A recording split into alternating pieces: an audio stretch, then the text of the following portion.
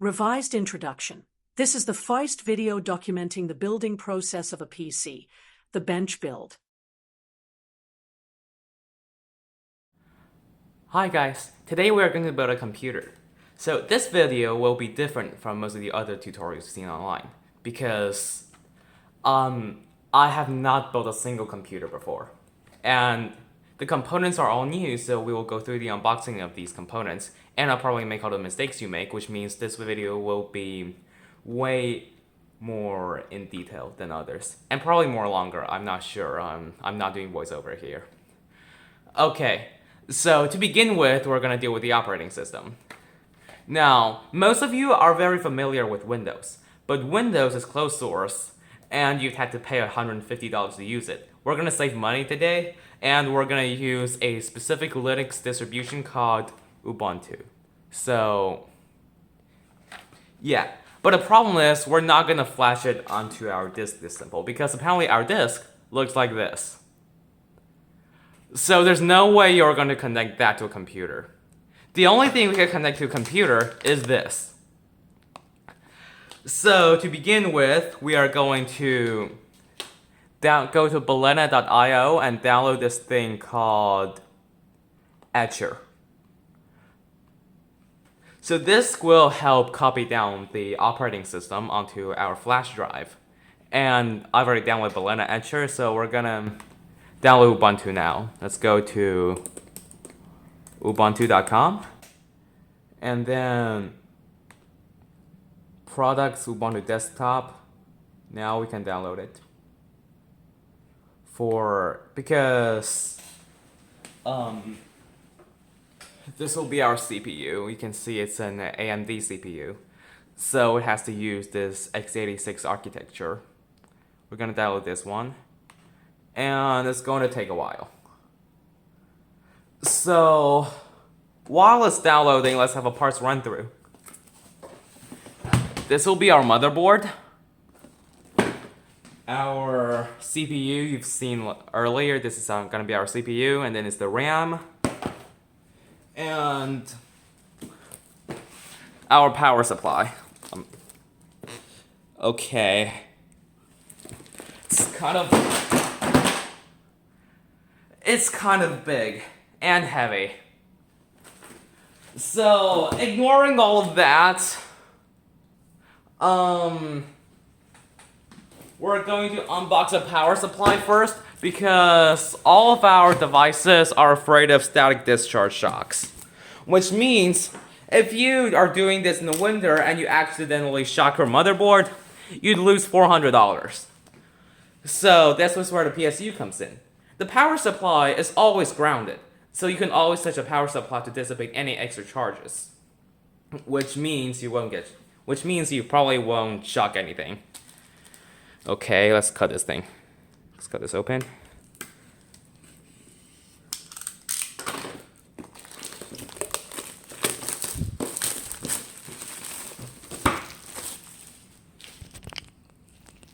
This is the power supply. Oh, look, it's got all these stickers here, and here are the manuals and the cables, I guess.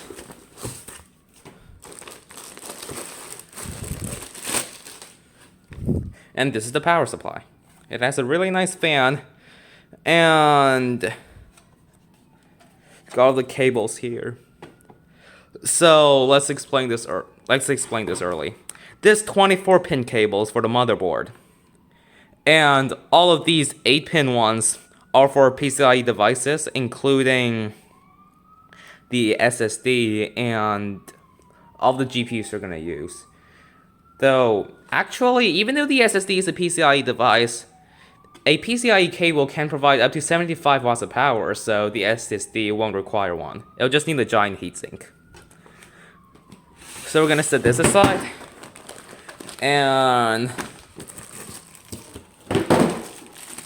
we have our main power cable. This is our main power cable. We're gonna unzip this.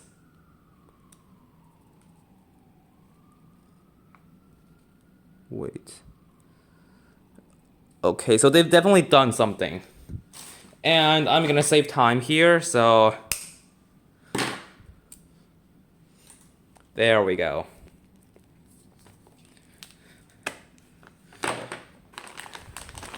Now let's see what's in this bag. Oh, all the very complicated cables are in this bag. We're gonna set that aside for a while because the thing we actually want here is the case. The case is grounded, so we just have to touch the case. Now, wait, let's see how the computer is doing. It's still halfway through, so we're gonna plug this in. Oh, you can actually see the fan spinning. And the other end goes to our extension cord. However, it's often a bad idea to plug in extension cords. But okay. But we're pretty far from the nearest outlet, so we're just gonna do an extension cord. The main risk is that extension cord will not provide the maximum amperage required, but it's gonna be okay. There's only one single plug-in extension cord, and it is this. So this will be our power supply. We're gonna pat this thing every half an hour or so, just to make sure that we are grounded. Next up, motherboard. Our CPU, which is a Ryzen 9 9950X, uses the AM5 platform, so you have to check that. Also, speaking of which, a full part list can be found in the description. Anyway, I think we've got the wrong side here. Yeah. Anyway, we got this cardboard bag. Oh, look. I was worrying if it will not come with a Wi-Fi antenna. This is the Wi-Fi antenna. There's gonna be no more things in here. And now we have the main board packaged in an anti-static bag. You can distinguish these bags by their color. There we go. It fell. Okay. And then I think this is the I/O cable for the USB ports on the case, but I'm not so sure. I'm gonna retrieve the other components first.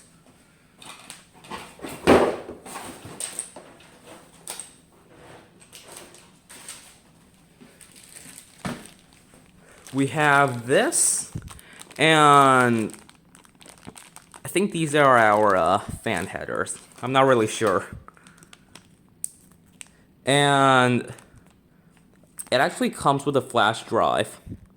So, yeah, but anyway, this flash drive is only $10, so we're going to use that one. Our operating system still has not finished downloading yet. Anyway, we have some more manuals and other stuff. I'm not sure what's going on in the European Union these days, but apparently they have separate legal issues. This is I'm not sure what this is, actually. We have our motherboard manual and a bunch of extra cables. Okay, but we're gonna set the motherboard aside because our operating system finally finished downloading. It's like 6 gigabytes. Okay, so as you can see, it finished downloading and it's here. So now we can open Balena Etcher and okay, this time adopted English because as you can see, my OS is in Chinese, so the first time I opened it was like in Chinese.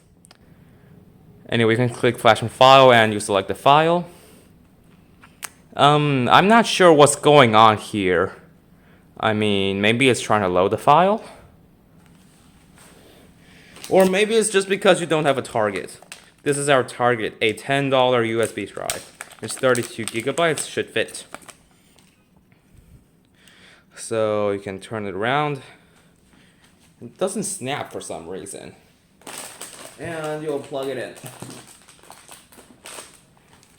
The ports are on the back of the USB drive. But anyway, you can see now it opens, but we're gonna ignore that.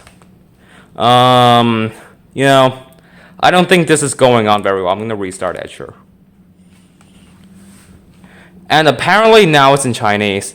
So we're going to close Etcher again and open up the command prompt.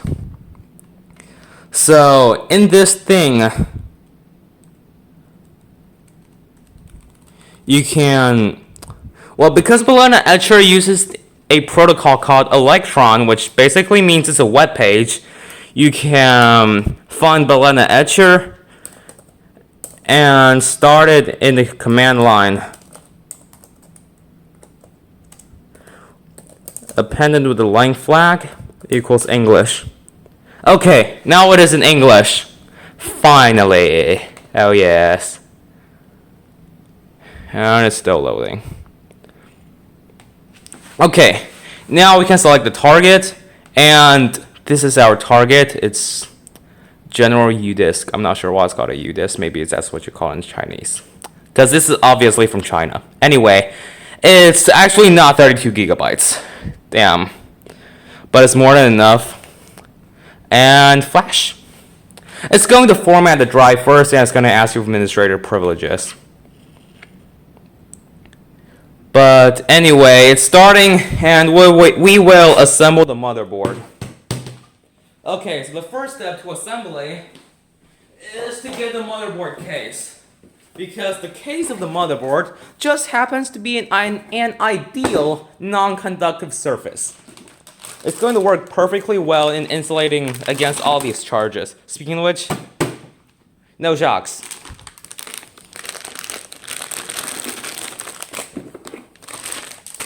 Okay, it's gonna get open like here, I guess.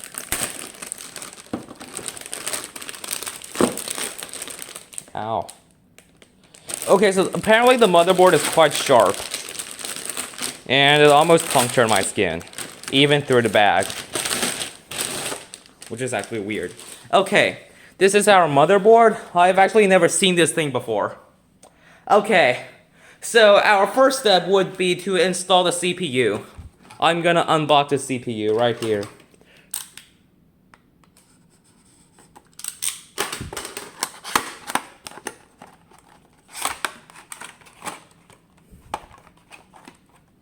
And just that. I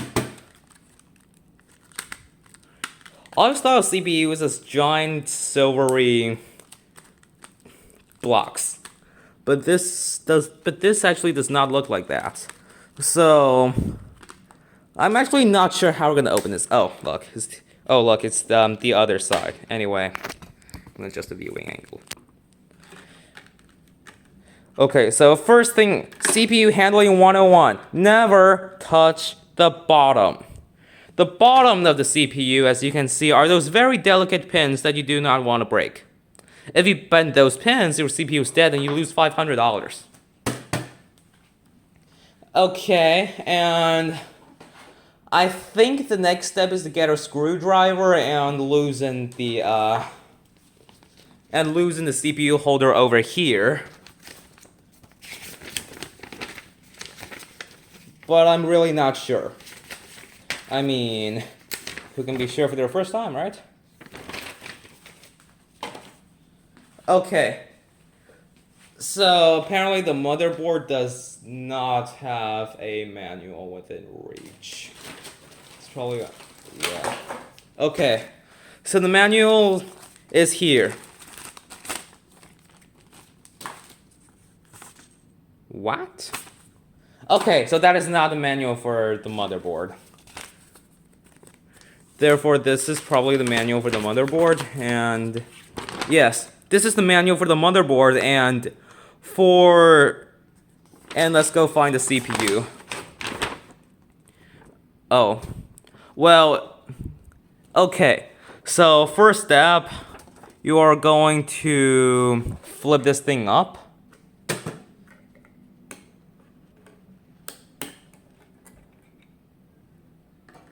I'm not sure if it's supposed to detach completely.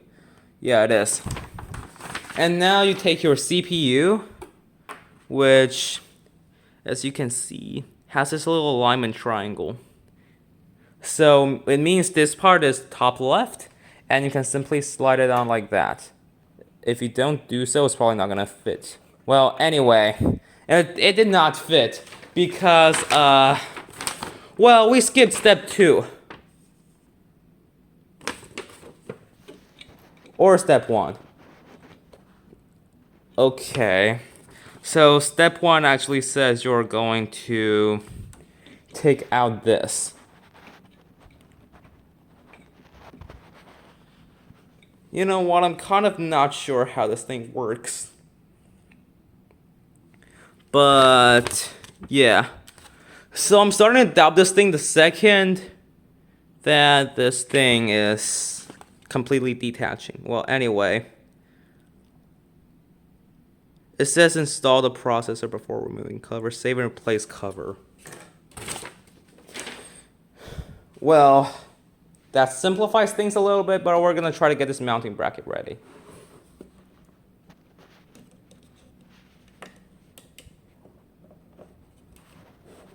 Oh, look. Okay. So for the mounting bracket, you simply push it through the right-hand side a little bit. And now it is ready. And now we slide the CPU in. Okay, it's still not ready. So we're actually going to lift this thing first. And then we slide the CPU in. It should just fit in snugly, like this. Okay, now we put this back. And we put this back. Done. CPU is done. Okay, now we happily pronounce our next step. RAM. We're in a global RAM apocalypse here because those weird chip manufacturer decided to pivot up to HBM, which is used in server-grade GPUs. So they don't make RAM, and we have an elevated demand issue. Elevated demand, low supply. So RAM price has actually quadrupled these days, maybe even quintupled, depending on your version. So I brought this RAM for $450 when it's supposed to cost $120. That's so sad.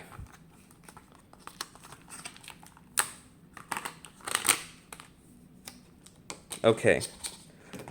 So this is our RAM stick. It looks kind of cute.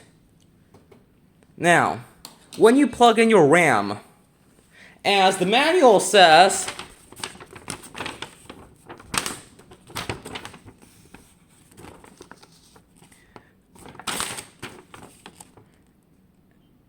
just plug it in. But actually, you are going to plug in not in the first slot, because these slots are daisy chained. So basically you have 2 channels, each is 2 slots, and the RAM sticks are connected in series. So if you put in slot number 1, the signal is going to travel onward, hit slot number 2, bounce back, and cause interference at 5 gigahertz. I mean 6. Okay, RAM has evolved, it's 6 gigahertz now. So we're going to slide this in slot 2 and 4. So, yeah. Anyway, we are just going to open up this slot here. Put the RAM in. It should only fit one way. So if it doesn't fit, you've done something wrong, and you better try the other way.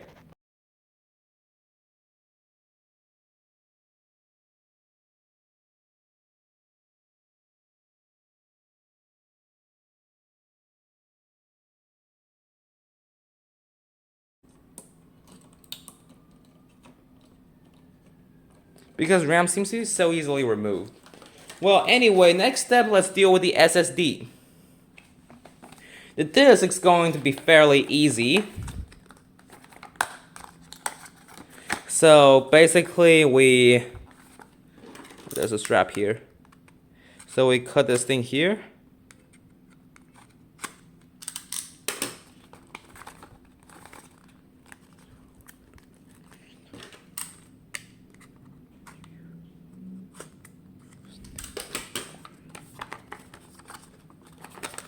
It did not work, so I'm gonna brute force this case now. You know what? I'm not gonna brute force this case.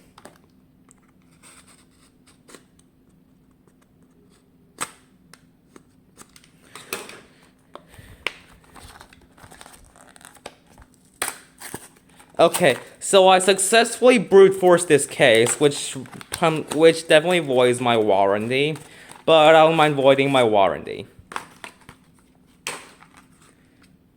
Ta-da!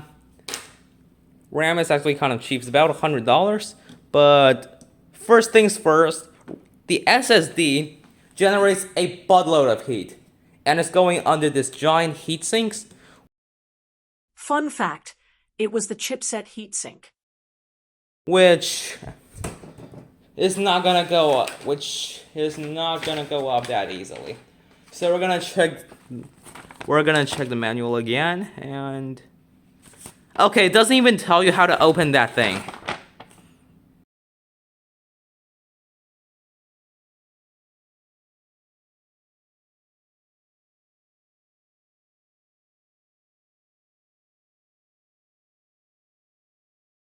Okay.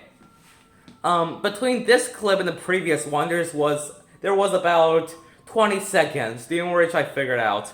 Because all I need to do is to take a really... Oh my god, I'm not gonna touch this motherboard. Is to take a really close look at this thing. This is the actual heatsink, because these two labels said M2. So actually the system is called M2 NVMe drives. And all I need to do is take down that screw. And we just have to keep those screws in a really, really safe place. Okay. So we detached this heatsink, and there was nothing. I'm gonna press down all the screws. Before I...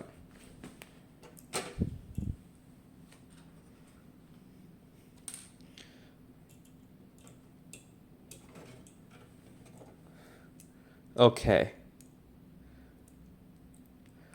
So, here we go.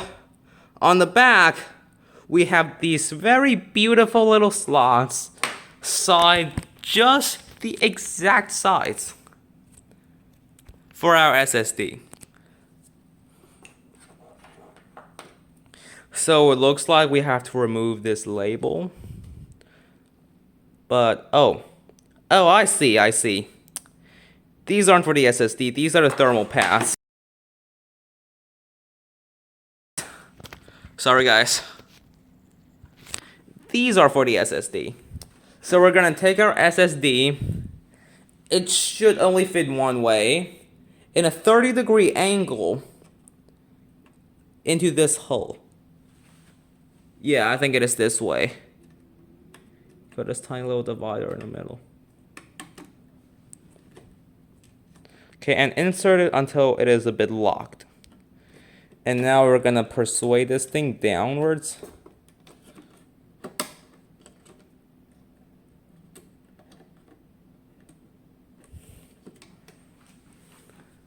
So I guess we have to clamp it with these locks.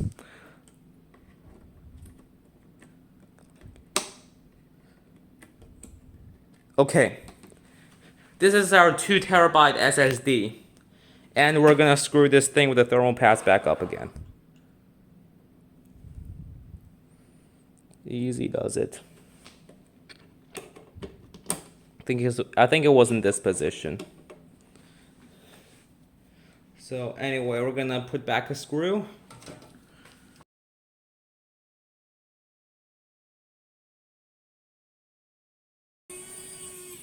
Okay, here we go. Our SSD is installed. We can technically boot back up. We can technically boot this thing now, but I still think it's a safe idea if we install this. It's called an AIO, short for all-in-one cooler, and it is a liquid, and basically it's a liquid cooler for the CPU. I'm gonna slide this one open off camera because we don't have enough space on camera.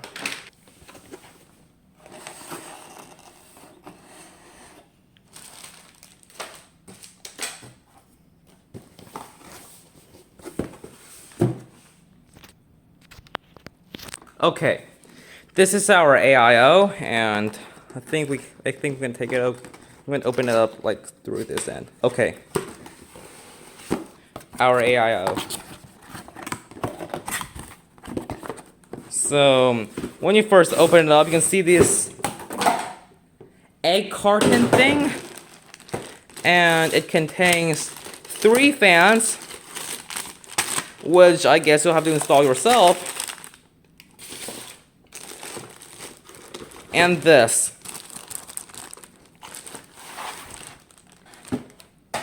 Okay, so this giant thing is the radiator. So, ow.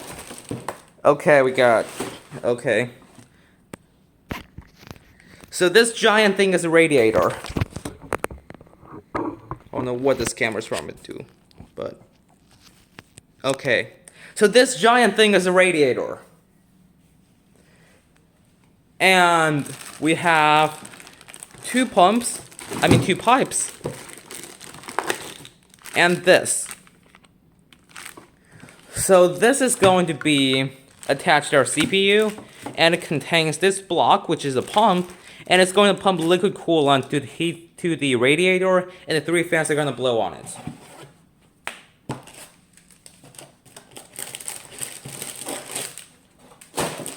This one's gonna take some prep time, but anyway, here are the 3 mounting bracket systems for 3 different sockets.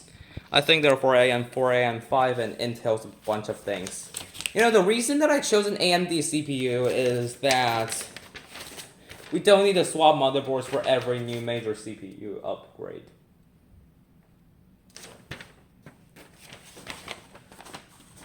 Okay, so this is still a safety and compliance thing, as you can see, which means this is not going to be of much use.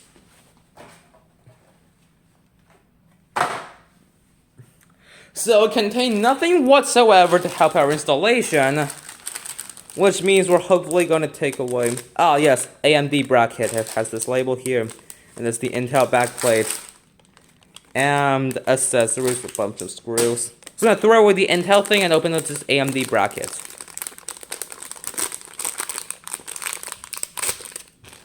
Oh, it's kind of sticky. Let's brute force it too.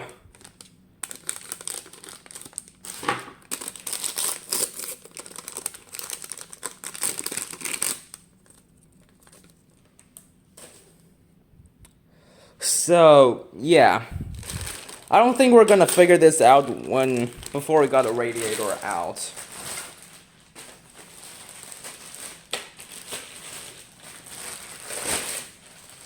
Man. This thing's got me missing air cooling.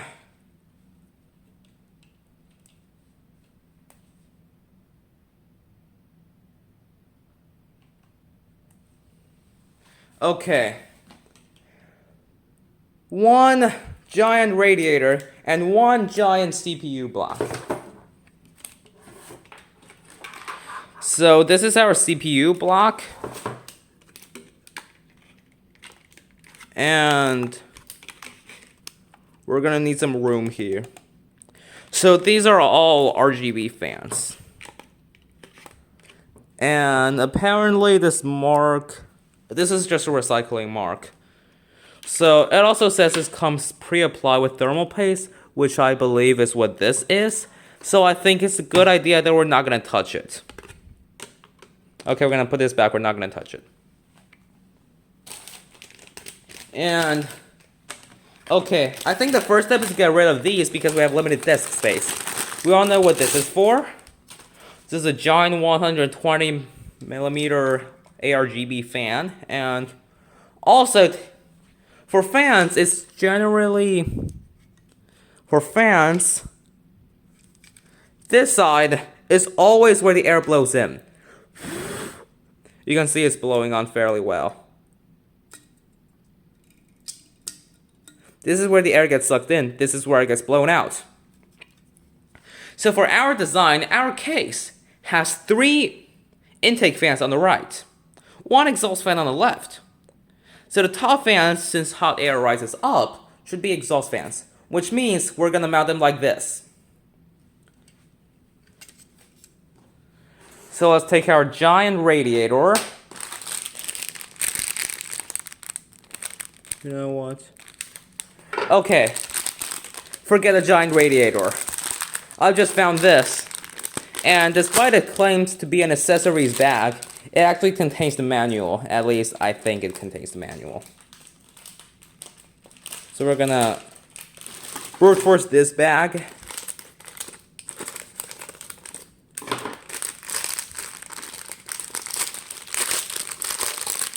Oh, I thought this was the manual. It actually are just thumb nuts. And screws. And fan cables. Intel stuff. And AMD stuff.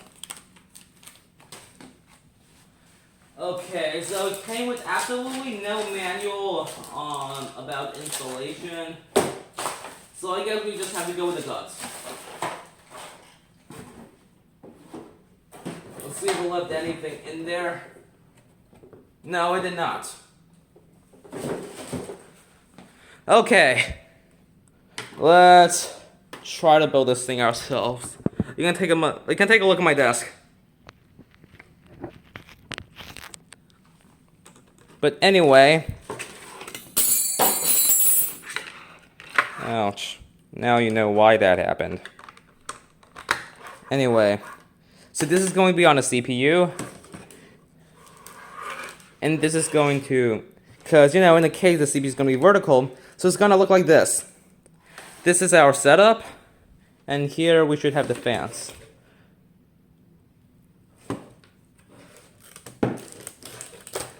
Okay, so this is going to be our setup. That's the CPU, that's in the case.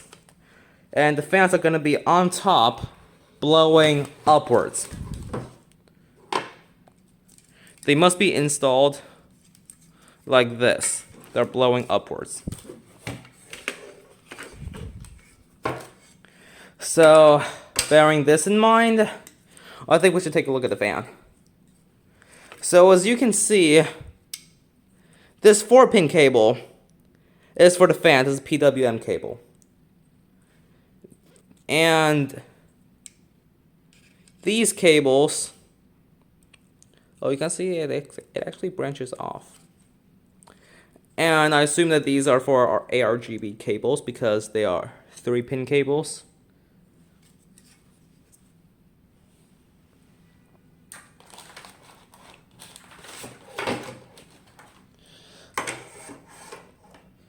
So, fan number, wait. Okay, forget what I just said. This is going to be sealing of the case. So you are installing it like this.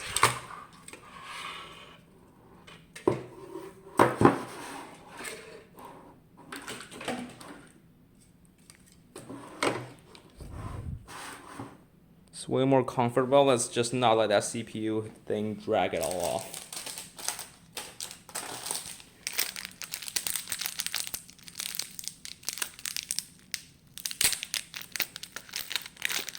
I think we're gonna make use of the screws now. Okay. So let's install the first fan. And it should actually go this way as it is blowing down. Down is out of the case.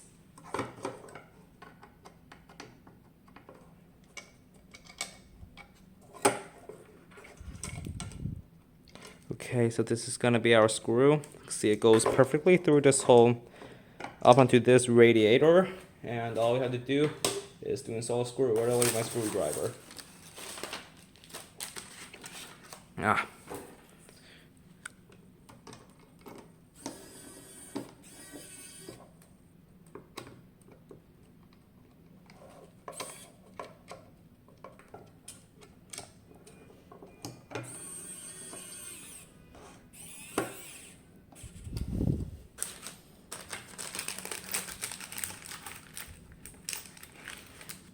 Another screw.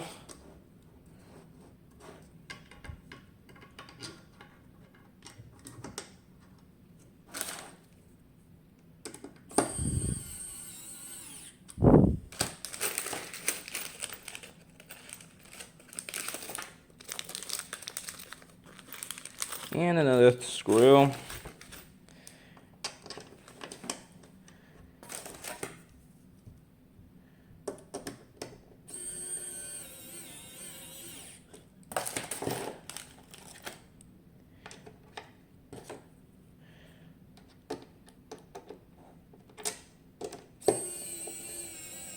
And the final screw. So just to remind ourselves, this is going to be what it looks like, and there are going to be exhaust fans. So, what are we waiting for?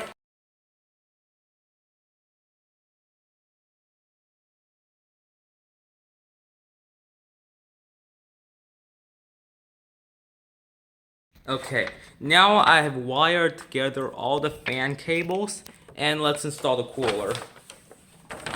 Also, as you can see, we have this little Y-shaped things here. These are actually the thermal paste because the pump does not necessarily fit the CPU. So we're gonna need some thermal paste in the middle to help spread the heat and to help conduct the heat from the CPU to the pump cooler.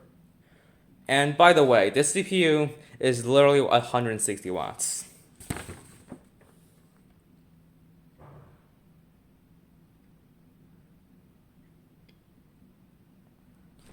Okay, so our motherboard manual says, do this.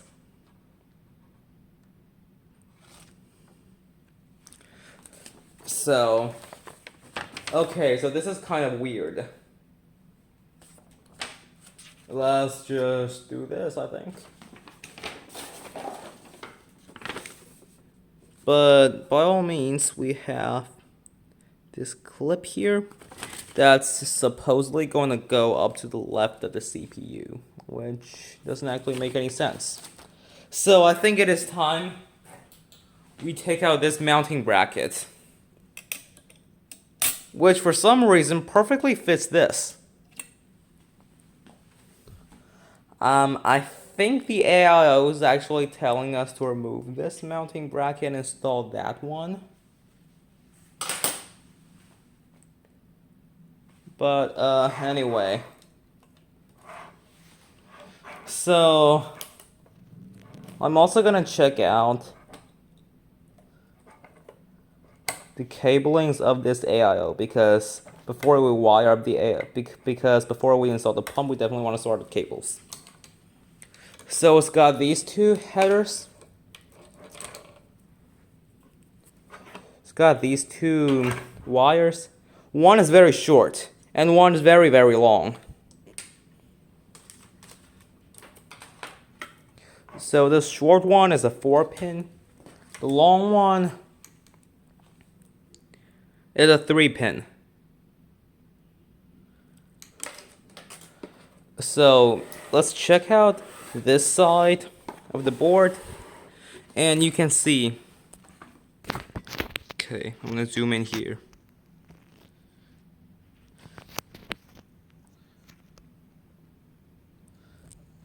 Anyway, so they're all upside down, but this one says System Fan 1. This one says Pump System 1, and this one says CPU Fan 1.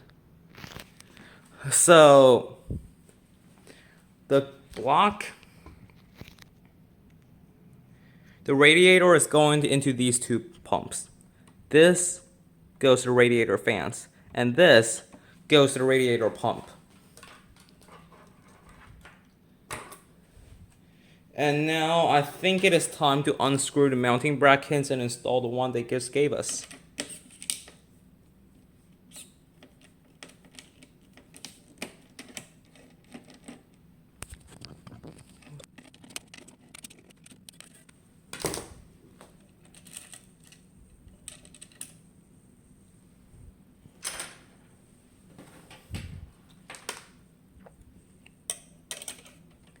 And I guess we have to install this.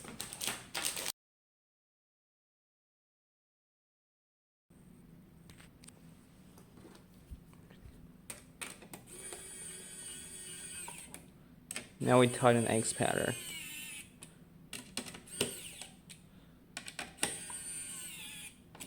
Okay, so we installed their mounting bracket.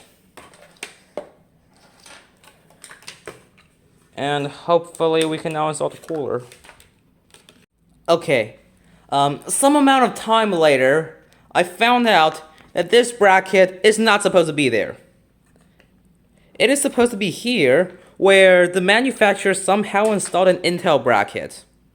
So it is brute forced on, and now we had to remove the AMD bracket from the motherboard and brute force it back on to there. Which sounds like an easy job to do, but we have to be really careful not to touch the thermal paste because I don't have any backup thermal paste, and it's going to be a real pain if we lose it.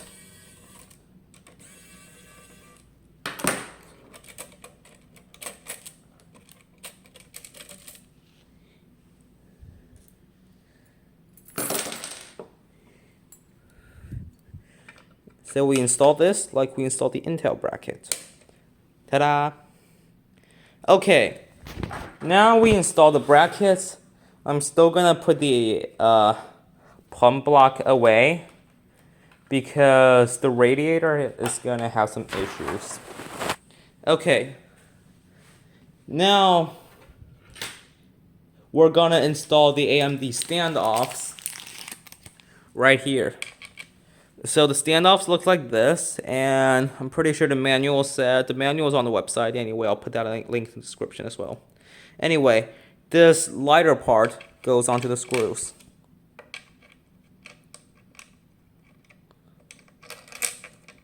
Which for some reason is kind of weird, but it still managed to screw on. Okay, anyway, back to the pump. Now this should screw on very, very nicely. And because we want our radiator to look like this, we're gonna rearrange the mounting bracket one last time.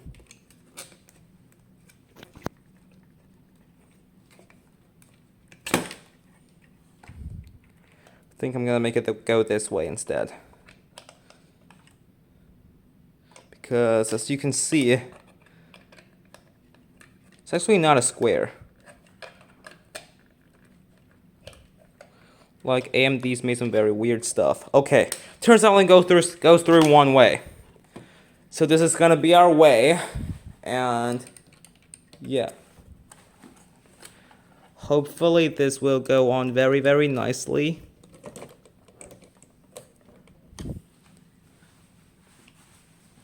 So that would be our pump block. And now we're gonna take out the thumb nuts. Oopsie daisy. Okay, we're gonna use this thumb nut that just fell out. It was so brave. Anyway, we're gonna take the thumb nut and do this.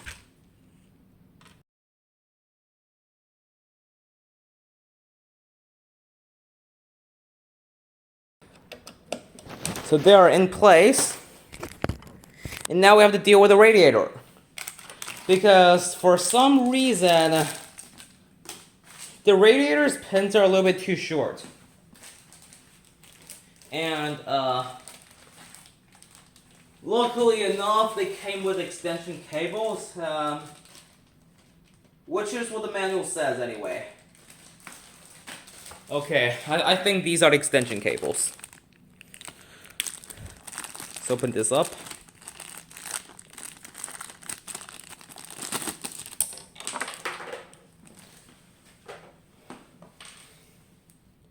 And no, they're not the extension cables because they somehow merge into one end. So that's not the extension cable. This would be the extension cable.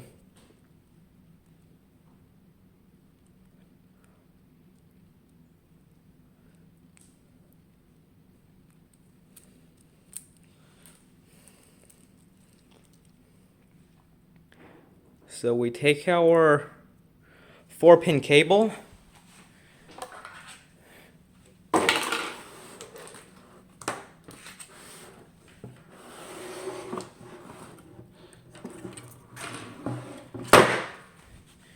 we connect this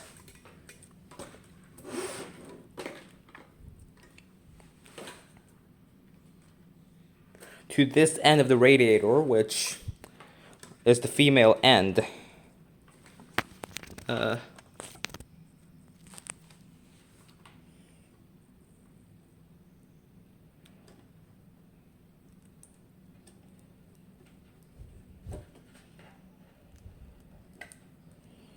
This is looking good.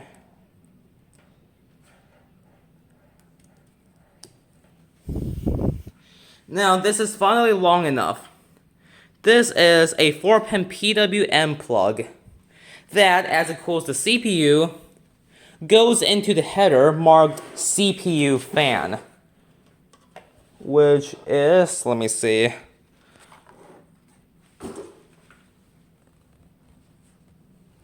which is going to be this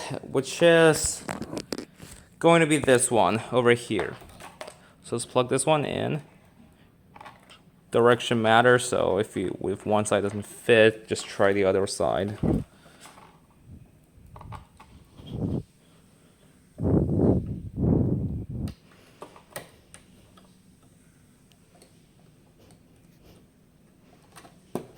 Okay.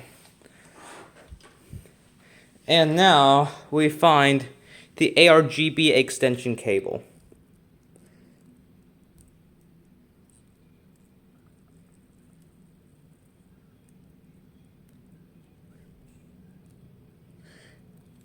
Installing the ARGB is actually going to be a mild problem because I don't see any headers near that one. Let's turn this motherboard around, see what we got on this side.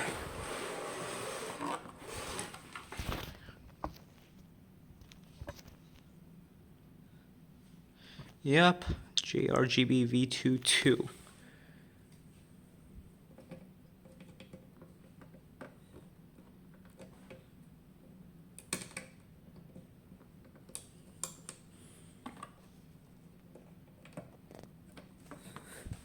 Okay, that is now in place.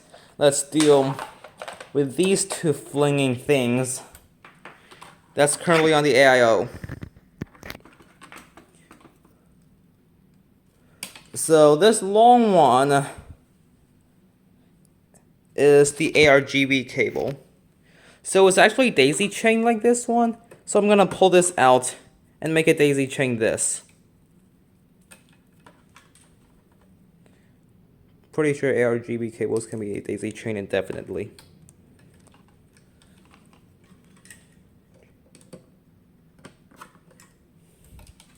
And this one, as is the pump block, this one should be, as it is the pump block, this one should go to the pump PWM pin, which is the white one over here. It should also only go in one way.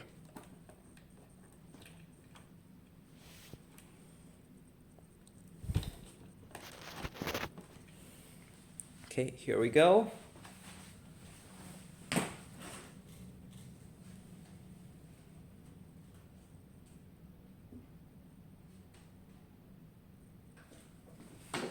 The manual had also mentioned that we have to treat the backside, which is weird because I don't see anything that is to be treated. It says we have to install the screws, but honestly, I'm not sure why screws would go in this place.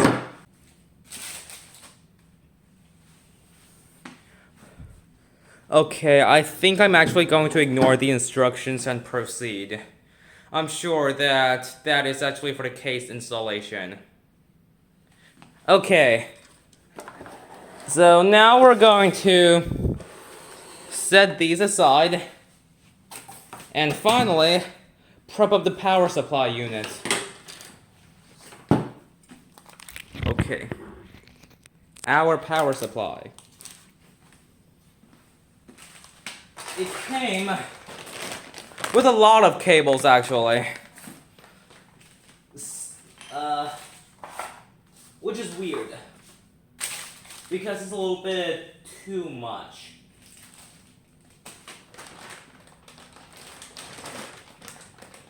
But we're just gonna check what we need in this thing. Okay. So we're going to locate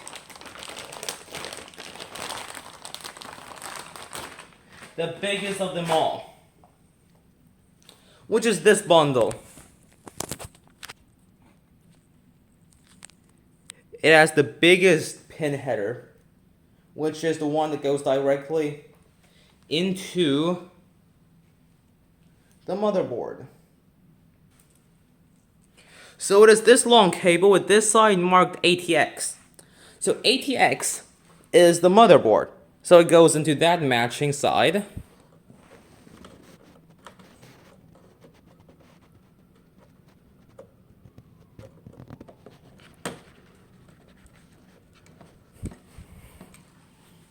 And these are both marked PSU.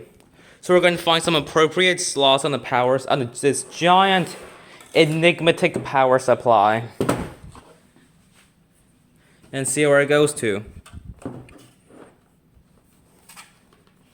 Okay, so we have this region marked MB. I assume this means motherboard, so I'm going to plug these in.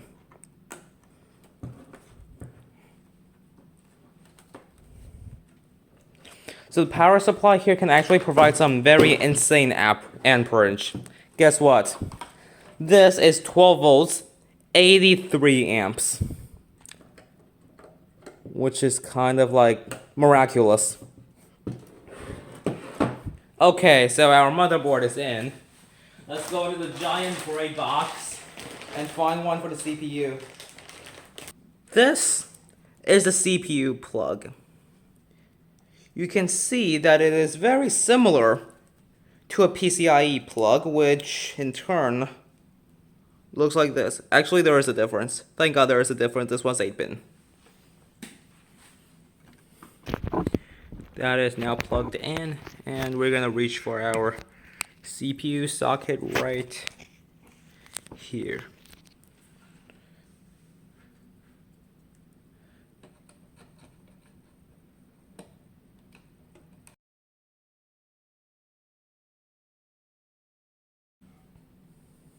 Okay, I see why now.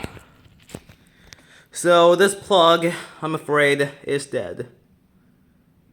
You can see that the pins are actually not aligned, which is weird. But we might be able to bend them up. Okay. A second later, I realized that I made a very big mistake in trying to plug this in.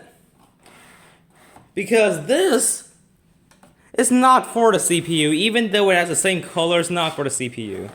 The CPU plugs are naturally near the CPU.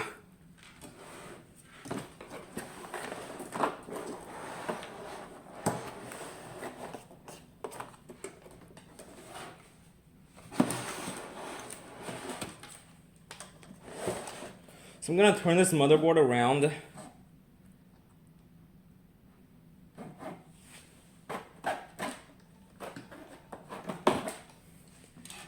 And try to plug it into one of these. Can you see that? No, you can't see that. Okay, now you can see that. Those two. Apparently there are two because it could be some kind of really giant CPU. It needs multiple plugs to be powered.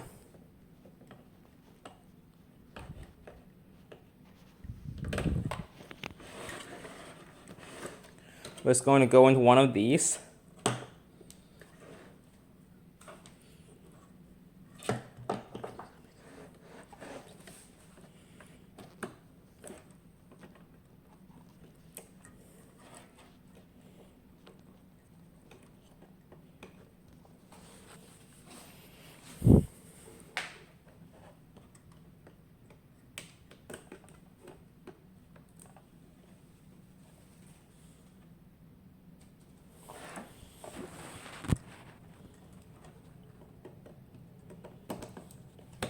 Okay, now that plug is in place, we are ready. This here should be a very functioning computer, albeit lacking some performance because we have not installed the GPU, but we have a very functional computer here. So, guess what? We're gonna power it on. So we are going to connect the power line, and we're gonna get our monitor. So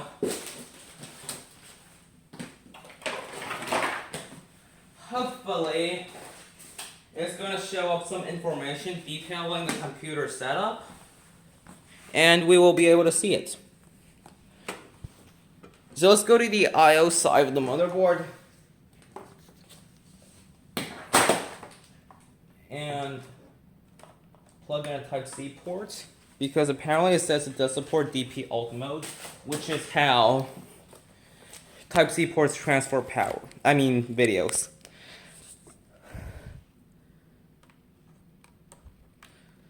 Okay, moment of truth.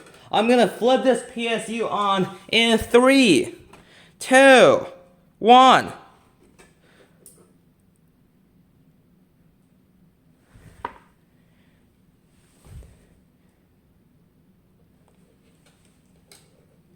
And then, interestingly as hell, nothing happens.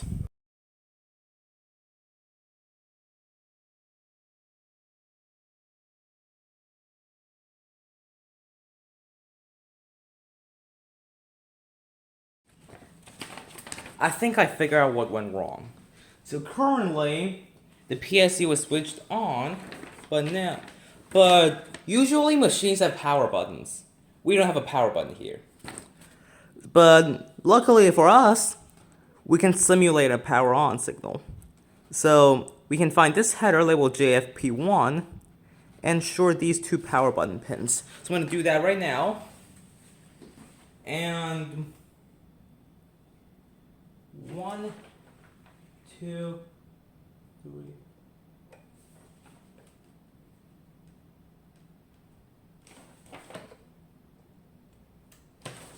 Wow. Okay. Our machine is officially working.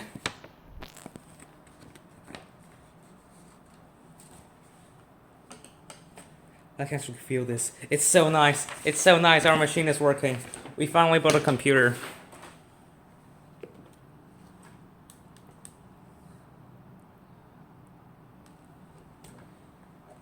Let's replug in this. Okay. Our monitor is now working as well. No signal. I have absolutely no idea why. I'm totally baffled. I plugged in this alright, and okay, let's try this again.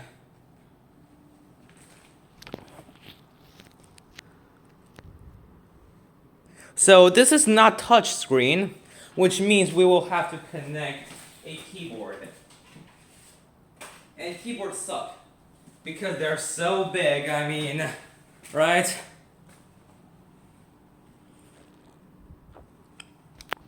Okay, you can see here, the core temperature is 55 degrees, which is very healthy. It signals that our AIOs are working.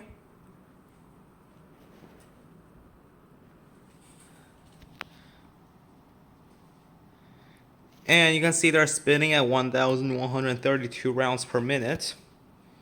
This is nice. They displayed everything. We don't need a keyboard.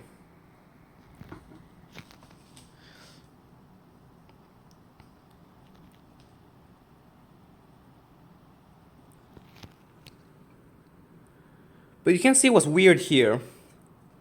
M2.1 is very empty.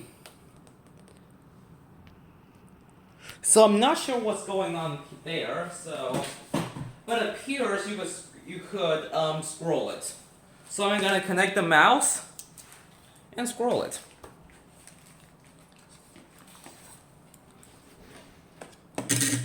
Oh. Oops. Fans are dangerous. Do I see my mouse here? Yep. There is a mouse. I see my mouse. Okay, so M2 slot 2, we have our storage, and here this is our RAM. Here's our CPU. Everything works.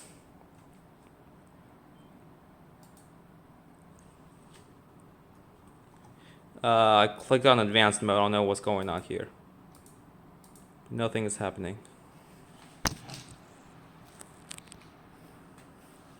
Anyway, this is our BIOS. And now we can put all of those into a case. If you would like to continue watching how the previous pile of rubble became this glorious PC, please refer to the second video.